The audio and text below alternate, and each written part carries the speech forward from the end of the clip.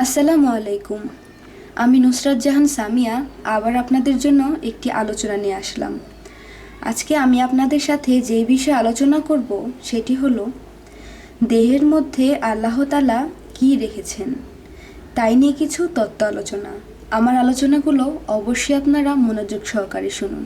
সারা বিশ্ব ব্রহ্মাণ্ডে যাহা কিছু আছে ইঙ্গিতস্বরূপ বাস্তব অবাস্তব মানব দেহের মধ্যে তাহা রাখা আছে। তাই বলা হয়েছে যে মান আরাফা নাফসাহু ফাকাত আরা রব্বাহু, অর্থাৎ যে নিজেকে চিনতে পারিবে সে তার রবকে চিনতে পারিবে।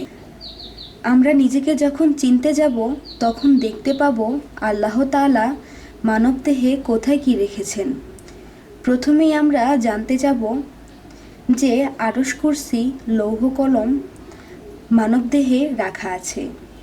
সাগর নদী পাহাড় এবং মানব বসবাসের জন্য ভূমি পর্যন্ত দেহে রাখা আছে। পৃথিবীতে বহু বহু ভাষা আছে, কিন্তু আরবি ভাষাটি আল্লাহর কাছে বেশি পছন্দ এবং মনোনীত। এই আরবি হরফ বা অক্ষর দ্বারা এই মানবদেহে আল্লাহ সৃষ্টি করেছেন এবং আল্লাহ তাআলা আরও কিছু প্রমাণ রাখিয়াছেন। যেমন আল্লাহর কাছ থেকে যে আমরা সৃষ্টি হয়ে এসেছি তারও কিছু প্রমাণ আরবি অক্ষর দ্বারা রেখেছেন। এই পৃথিবীতে থাকা অবস্থায় যদি আমরা কোনো জানলেওয়ালা বা কোনো কামেল অলিয়া পীরের কাছে যাই এবং যে শিখিয়া এবং দেখিয়া নেই, তাহলে কোরআনে একটি আয়াতে বলা আছে কিতাবুন ফুসিলাত আজাতু কোরআনান আরাবিয়ান, অর্থাৎ এটি একটি গ্রন্থ যা আরবি কোরআন রূপে অবতীর্ণ। এর বাক্যসমূহ জ্ঞানীদের জন্য। তাহলে সেটি কোন কোরআন? সেটি বেশি দূরে নয়, আরবি হরফ দ্বারা গঠিত এই দেহ কোরআন, যে কোরআনটি কেউ কখনো নকল করতে পারে না।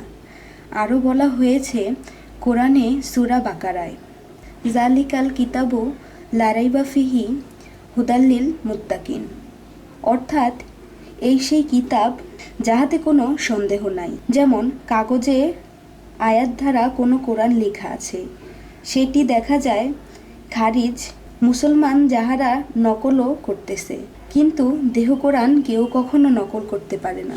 তাই কোরআনে সূরা বাকারায় আল্লাহ বলিয়াছেন আমার এই সেই কোরআন যাহাতে কোনো সন্দেহ নাই।